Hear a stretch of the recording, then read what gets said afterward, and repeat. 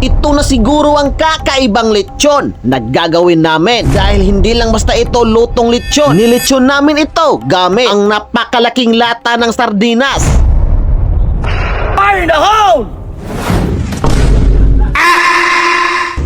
Wala, napagod. Ano pa? Pero bago ang lahat, ano nga ba ang nangyari? Yung akala nyo luto na, naging uling na pala. Guys, palpak! Ang baboy nagiging aso na!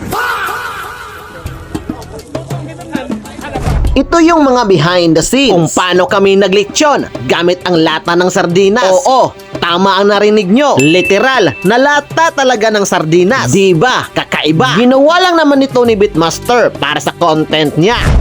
Fire in the hole!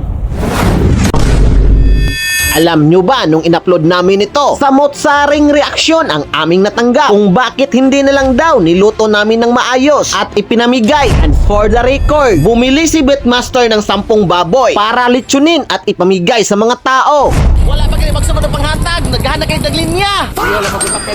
At ngayon, kakaibang lutong lechon ang aming gagawin. Kung sa iba, niluluto nila ito sa pagbabaon sa lupa. Sa amin, lutong lechon sa lata ng sardinas. At kung magkano ang nagastos, nasa 40,000 pesos mahigit sa pagpagawa ng lata na ito kasama na yung libor. Nasa 5,000 pesos din mahigit sa mga sangka kasama na yung gas, taga-ihaw at mga kahoy. At 10,000 pesos naman sa live weight na baboy.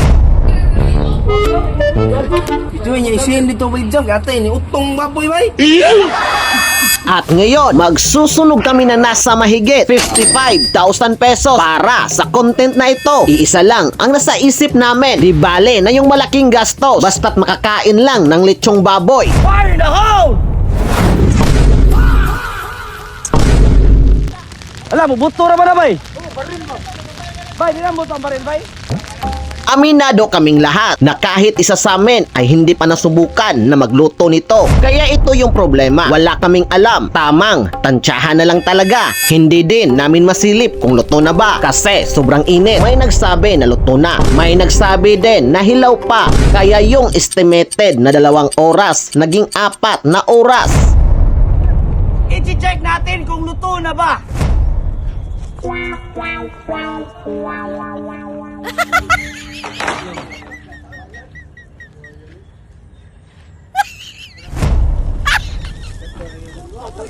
Duduk.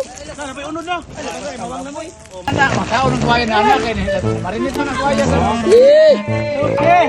Napaw na! Oh! Anak!